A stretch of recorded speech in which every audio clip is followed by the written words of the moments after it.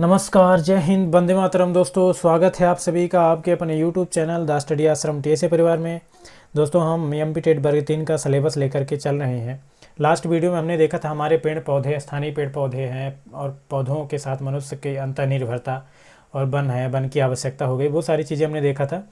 हमारा रह गया था कि प्रदूषण और पेड़ पौधे पर प्रदूषण का प्रभाव। आज हम वही चीज़ देख रहे हैं इसमें।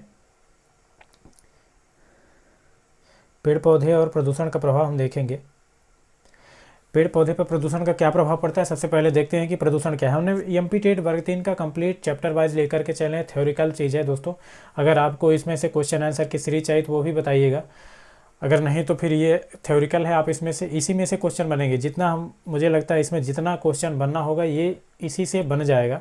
ज़्यादा डीप जाने की जरूरत नहीं। एमपी टेट वर्ग 3 का है सिलेबस ये। तो हम आज पढ़ेंगे कि प्रदूषण का प्रभाव, पेड़ पौधे पर प्रदूषण। तो सबसे पहले देखते हैं कि प्रदूषण क्या चीज़ होता है। प्रदूषण क्या है उसको देखेंगे तो मानव के द्वारा निर्मित जो अवांछनीय पदार्थ हैं, कृत्रिम रूप से जो अवांछनीय पदार्थ होते हैं, वे सभी अवांछनीय पदार्थ प्रकृति में छोड़े जाते हैं, उन्हें ही प्रदूषण कहते हैं। मानव के द्वारा जो भी निर्मित है अवांछनीय पदार्थ हैं और प्रकृति में छोड़े जाते हैं, वही क्या होते हैं, प्रदूषण होते हैं। प्रदूषक क्या चीज़ है, तो मानव द्वारा विभिन्न प्रकार के पदार्थ जो छोड़े जाते हैं, उन्हीं पदार्थों को हम प्रदूषक कहते हैं।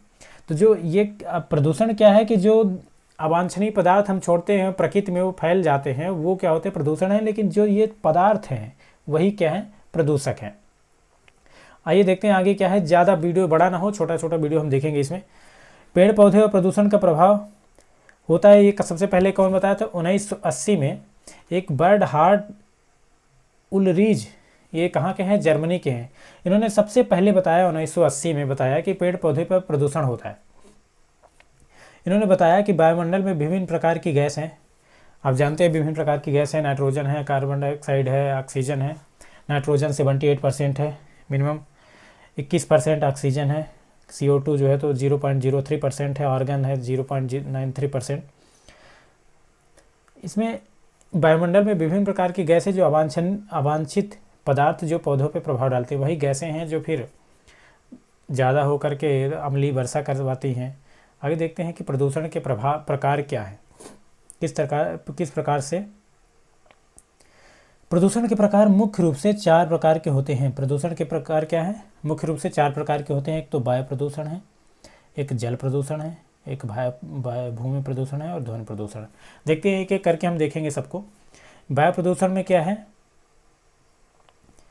वायु प्रदूषण का अर्थ है मुख्य रूप से वायु का अर्थ है जैसे हवा हो गया, हमारे वातावरण को प्रभावित करती है। यह मुख्यतः जो है तो ये क्षोभ मंडल तक होता है। ऑक्सीजन और दूसरे मंडल तक भी है, जैसे समताप मंडल हो गया, मध्यमंडल हो गया। लेकिन सबसे जो ज़्यादा जो है तो क्षोभ मंडल में ही ऑक्सीजन मिलती है, हवा मिलती है। वायुमंडल में विभिन्न प्रकार की गैसें हैं जो जहरीली होती हैं। जैसे देखिए कि गैस की कौन कौन सी हैं वायुमंडल में, CO2, कार्बन डाइऑक्साइड है, कितने परसेंट है, 0.03%। ये धीरे धीरे बढ़ रही है, हालांकि 3 to 1%, ज़्यादा डीप हुआ तो 3 to 1% कह सकते हैं इसको। फिर कार्बन मोनोऑक्साइड आती है, इसे दम घोटू गैस भी कहते हैं। CFC तो है ही, ओजोन गैस है। फिर ये मीथेन गैस है। मीथेन गैस कहाँ, कौन से एक और ग्रह पे पाई जाती है, इसे चंद्र गैस भी माफ़ करिएगा, मंगल गैस भी कहते हैं, क्योंकि मंगल ग्रह पे भी सबसे ज़्यादा पाई जाती है मीथेन गैस। और ये धान की जड़ों में भी पाई जाती है मीथेन गैस। और साथ ही जो पशु जो है तो जुगाली करते हैं, उनके जुगाली से भी मीथेन गैस निकलते हैं। ये प्रदूषक गैस है। और नाइट्रस ऑक्साइड जो है तो ये तो एक एसिड रैन मुख्य रूप से कराने वाली ये गैस है, सल्फ्यूरिक अम्ल टाइप का बनाता है इसमें।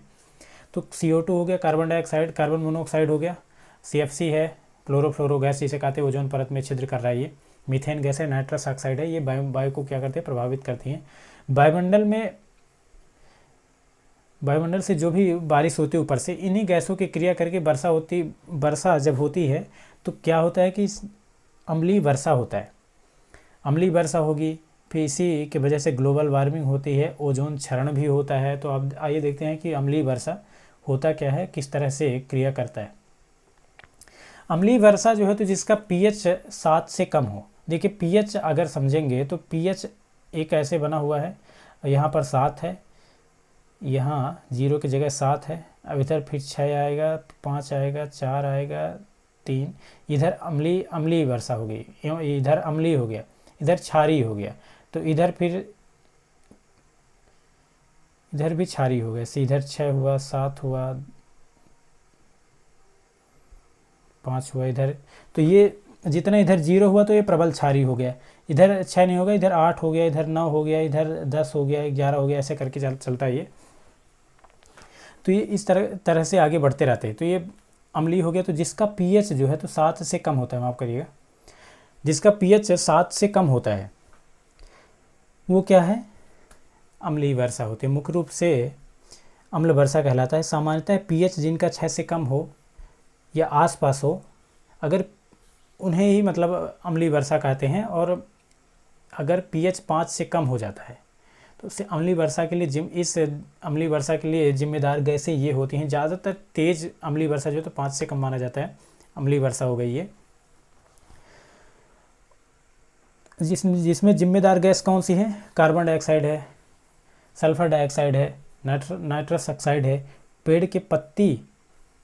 पेड़ों के जो है तो पत्ती के हरे रंग गायब हो जाते हैं, इसके वजह से ऊपर से बारिश होगी तो, और फिर सफ़ेद हो जाते हैं, उनके पत्ते हो जाते हैं, प्रकाश संश्लेषण की क्रिया नहीं हो पाती, मृदा भी प्रदूषित होती है। देखिए इसमें से क्या है कि बारिश होती है, अम्लीय वर्षा होती है पेड़ों के पत्तों पर, और उनके जो पत्तियां हैं तो हरे रंग जो है तो गायब हो जाते हैं, क्योंकि वो तेज़ एसिड रेन है, ये बारिश होगी, अम्लीय वर्षा होगी। इसे पीएच का मान जैसे देखिए कि पोटेंशियल हाइड्रोजन होता है, तो अगर उदासीन है, 7 का मतलब होता है उदासीन, उससे ज़्यादा हुआ तो क्षारीय, उससे कम हुआ तो अम्लीय हो गया। और अमूमन जो है तो 5 पीएच जो है तो बारिश का पानी जो होता है तो वर्षा जल का पीएच उसका 5 होता है, 5 या 6 समथिंग ऐसा समझा जाता है। तो जो बारिश पेड़ के पौधे पे होती है, पेड़ पौधे पर होती है, पत्तियों पे होती है, तो उसका हरे रंग जो पर्णहरित है, क्लोरोफिल है, वो गायब हो जाता है, छिद्र हो जाते हैं उसमें, टहनियाँ टूट जाती हैं, सूख जाती हैं, सफ़ेद हो जाते हैं पेड़ पौधे। और प्रकाश संश्लेषण की क्रिया तो उसी पर्णहरित से होती है, और साथ ही जो है तो मृदा भी प्रदूषित होती है एसिड रेन से। तो फिर जाइलम द्वारा जो जाइलम ऊतकों द्वारा बाहर ऊपर जल पहुँचा, जल का अधिग्रहण करते हैं जड़ों द्वारा, तो वो भी नहीं हो पाता। और मृदा में छिद्र भी नहीं रहते, इसके वजह से उसमें ऑक्सीजन नीचे भी नहीं जा पाती, इस वजह से पेड़ फिर सूख जाते हैं और ख़राब हो जाते हैं। तो अम्लीय वर्षा का इस तरह से प्रभाव पड़ता है वायुमंडल में भी अपने। ग्लोबल वार्मिंग का क्या प्रभाव है देखते हैं। ग्लोबल वार्मिंग, एक तो हमारी पृथ्वी पर सूर्य के प्रकाश जो आते हैं तो पृथ्वी पर ऊष्मा प्राप्त होती है, उसी की वजह से जो सूर्य से प्रकाश और हमारे पृथ्वी पर आ रहा है उसी से ऊष्मा प्राप्त होती है हमारी पृथ्वी पर, पृथ्वी गर्म रहती है। फिर अगर सूर्यास्त जैसे ही होता है तो पृथ्वी क्या करती है, ऊष्मा को उत्सर्जित करके वापस भेजती है। तो आपने अगर ग्रीन हाउस प्रभाव पढ़ा होगा तो एक कांच के अंदर, जहाँ ठंडे प्रदेशों में ऐसा यूज किया जाता है ग्रीन हाउस के प्रभाव का, टुंड्रा प्रदेशों में, तो CO2 जो है तो हमारे एक पृथ्वी के निचले स्तर पर पाई जाती है, भारी गैस है। तो निचले स्तर पर तो एक कांच परत का काम करती है, कवर का काम करती है, कि जैसे ऊष्मा पृथ्वी से ये ऊष्मा वापस जाती है सूर्यास्त के बाद, तो ये कार्बन डाइऑक्साइड की एक परत जो है तो इसको ऊपर जाने से रोकती है। आने तो देती है लेकिन जाने नहीं देती ऊष्मा यहाँ से, क्योंकि वो सूर्य का प्रकाश है तो अंदर आ सकता है, कार्बन डाइऑक्साइड के अंदर से जो पृथ्वी का ऊष्मा है उत्सर्जित होता है वो नहीं जा सकता बाहर। तो ऐसे में पृथ्वी गर्म रहती है। अगर ये कार्बन डाइऑक्साइड नहीं होता तो इसके एक फ़ायदे भी हैं कि यहाँ पर एकदम 0 डिग्री टेम्परेचर हो जाता, और यही जो कार्बन डाइऑक्साइड धीरे धीरे परत बढ़ती जा रही, मोटी हो जा रही, तो फिर ज़्यादा गैस जो माफ़ करिएगा ऊष्मा ऊपर नहीं जा पाएगी, तो ज़्यादा यहाँ पर ऊष्मा रहेगा, ज़्यादा गर्मी आएगी। इससे जो है तो ग्लेशियर पिघलेगा, चारों तरफ पानी ही पानी हो जाएगा, तो विनाशकारी होगा। और जो पेड़ पौधे हैं तो इन पर क्या होता है, इसका बुरा प्रभाव पड़ता है, ग्रीन हाउस। तो ये ग्लोबल वार्मिंग हुआ। आइए चलते ओजोन क्षय के बारे में देखते हैं, इसमें क्या है। ये समताप मंडल में पाए जाते हैं, ओजोन परत जो है तो समताप मंडल में पाई जाती है। समताप मंडल जो है तो 18 से 50 तक माना जाता है, 18 से 50 किलोमीटर तक ऊपर माना जाता है, लेकिन 18 से 32 किलोमीटर ही तक है, और 32 किलोमीटर से 50 किलोमीटर के बीच में जो है तो ये ओजोन परत है। देखते हैं आपकी सबसे पहले जो है तो क्षोभ मंडल है, फिर समताप मंडल है, फिर मध्य मंडल है, फिर आयन मंडल है, वायुमंडल। तो इसी समताप मंडल में जो है तो सुपरसोनिक विमान वगैरह, वायुयान वगैरह इसी में चलते हैं, और इसी में एक ओजोन परत मिलती है। क्या मिलती है, ओजोन परत। तो ओजोन ये समताप मंडल में पाए जाते हैं, 32 से 50 किलोमीटर की ऊंचाई पर मिलते हैं और वायुयान जहाँ उड़ते हैं उसके ऊपर ये परत मिलती है। CFC और मीथेन गैस से जो ओजोन का क्षरण हो रहा है, और सबसे ये देखना है कि ऑस्ट्रेलिया के आसपास जो है तो ऑस्ट्रेलिया या न्यूजीलैंड के आसपास जो है तो ओजोन का क्षरण देखा गया, छिद्र देखा गया था। इसी के कारण पेड़ पौधों को भी प्रभावित हो रही, वो जो पराबैंगनी किरणें आती हैं, पराबैंगनी किरणें भी ABC अल्ट्रावायलेट रेस जो है तो उन बांटा गया ABC में। सबसे तीक्ष्ण और घातक जो है तो अल्ट्रावायलेट C रेस है, जो अल्ट्रावायलेट। तो ये क्या कर रही, पत्तियों में पेड़ पौधे को भी प्रभावित कर रही है, पत्तियों के छिद्र जो होते हैं उसको ब्लॉकेज कर देती हैं, फूल मुरझा जाते हैं, टहनियाँ सूख जाती हैं। तो इस तरह से ओजोन परत का भी आगे हम देखेंगे। इसमें हम ये प्रदूषण का चैप्टर नहीं देख रहे हैं कि हम पूरा प्रदूषण का हम देख रहे हैं, हमने तो सिर्फ अभी पहली यूनिट कर रहे हैं कि जिस तरह से ये पेड़ पौधे में प्रदूषण है। पूरा प्रदूषण का चैप्टर एक अलग से रहेगा, नेक्स्ट ये 5वीं यूनिट में है जिसमें प्रदूषण का प्रभाव पूरा आगे हम देखेंगे। इसमें ये तो वायु प्रदूषण का था, अभी हम जल प्रदूषण के बारे में देखते हैं। जल प्रदूषण जल वर्षा से प्राप्त होता है, मुख्य रूप से जो जल वायुमंडल में बादलों द्वारा बारिश के रूप में प्राप्त होता है, वह वायुमंडल गैसों द्वारा प्रदूषित हो जाता है। जैसे अब देख रहे हैं सल्फर डाइऑक्साइड, नाइट्रस ऑक्साइड है ये, और नाइट्रोजन है, कार्बन डाइऑक्साइड है, इनके द्वारा क्या होता है, जल प्रदूषित हो जाता है। और जल का प्रदूषण का ये मुख्य रूप से एक तो ये प्रकार समझ सकते हैं इसको। वहीं दूसरी नदियों में लोगों का जैसे नहाना हो गया, कपड़ा धोना हो गया, ऐसे में साबुन या सोडा जो भी अपशिष्ट पदार्थ उसमें छोड़ते हैं, ये सब जब शुद्ध जल में मिलता है तो क्या होता है, जल प्रदूषित हो जाता है।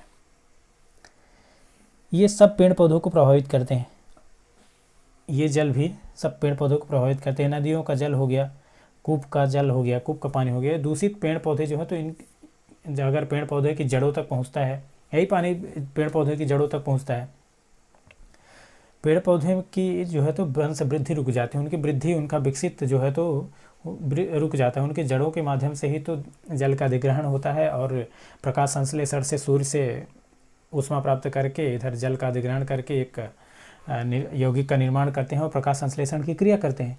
तो जल का अधिग्रहण जो है तो जल का जाइलम ऊतकों द्वारा जब अधिग्रहण नहीं हो पाता है या तो दूषित जल का अधिग्रहण करते हैं तो पेड़ पौधे विकसित नहीं होते, वही हाल होता है। इनकी पत्तियां जो है तो ख़राब हो जाती हैं, जो टहनियाँ हैं, जो पेड़ पौधे के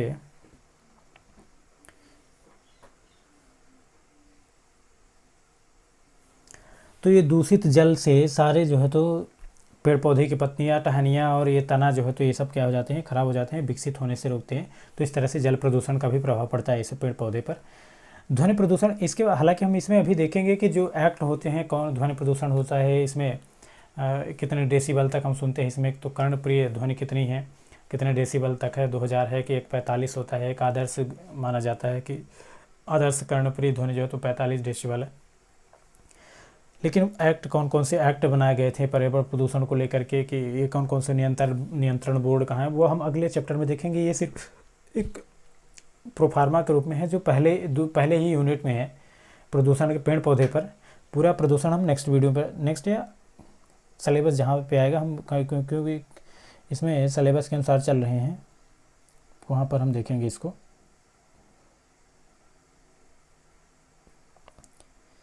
ध्वनि प्रदूषण में क्या है कि वातावरण में जितनी तेज ध्वनियाँ हैं उनका पेड़ पौधे जो है तो अवशोषित करते हैं। सड़क के किनारे पेड़ पौधे लगे होते हैं, ध्वनि को अवशोषित करते हैं। जैसे सबसे ज़्यादा नीम का पेड़ है और अशोक का पेड़ है जो अवशोषित करते हैं। आप देखे होंगे कि सड़क बनी है, इसी सड़क के किनारे किनारे क्या होते हैं, पेड़ पौधे बने होते हैं। क्या है, पेड़ पौधे बने होते हैं। तो ये क्या करते हैं कि अगर ध्वनि प्रदूषण है तो हरे भरे पौधे जो है तो तेज़ ध्वनियों को अवशोषित करते हैं, और अवशोषित करके पेड़ पौधे ये जो अब ध्वनि प्रदूषण को है तो उसको रोकते हैं। तो पेड़ पौधे पे भी प्रभाव पड़ता है, पेड़ पौधे पे प्रभाव पड़ता है। अगर पेड़ पौधे ना हो तो ध्वनि प्रदूषण हो और तेज़ चारों तरफ शोरगुल होगा। और इससे क्या होता है कि पक्षियाँ जो होती हैं, नेचुरल प्राकृतिक जीव जो है वो चहचहाने लगते हैं, और जो भी प्राकृतिक जीव हैं उनके सामान्य दिनचर्या में प्रभाव पड़ने लगता है।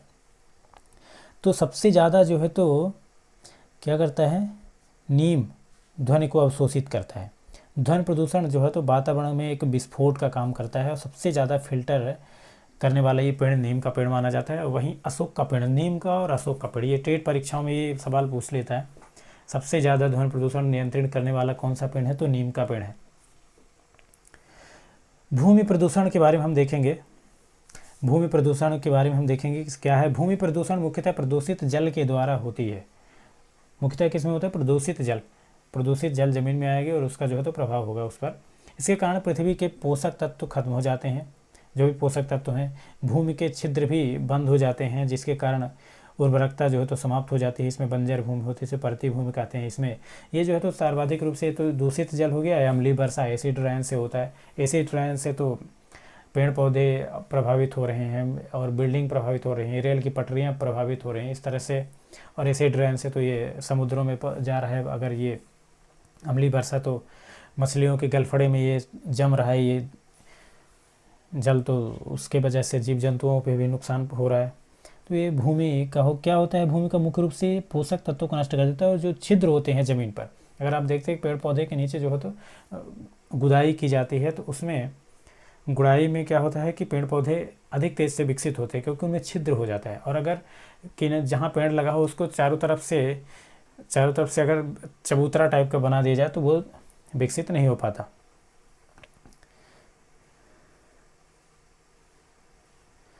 तो ऐसे भूमि जो पेड़ पौधे उगते हैं वह विकसित नहीं हो पाते। जहाँ भूमि प्रदूषण है, पत्तियाँ खराब हो जाती हैं, उसकी टहनियाँ सूख जाती हैं, फूलों का मुरझाना, फूलों की घाटियाँ तो उत्तराखंड को कहते हैं। नीम और अशोक जो है तो फिल्टर का काम करते हैं ध्वनि प्रदूषण में। आप मृदा प्रदूषण को समझते हैं, भूमि प्रदूषण को समझते हैं कि सर्वाधिक जो है तो अम्लीय वर्षा से प्रभावित हुआ और दूषित जल से प्रभावित हुआ। तो जैसे ही हमने देखा कि ये मृदा खराब हुई, बंजर हुई, ऊसर हुई, तो वहाँ पे ना तो कोई भी खेती या किसानी नहीं की जा सकती है और उर्वरकता की कमी हो जाती है, बंजर हो जाती है। तो ऐसे में भूमि प्रदूषण का प्रभाव पड़ता है।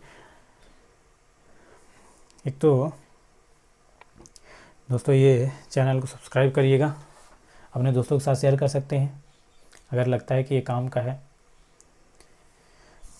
दोस्तों आज यहीं तक रहेगा। अब स्वस्थ रहिए, मस्त रहिए, प्रसन्नचित रहिए, आह्लादित रहिए। Bye bye, have a nice day.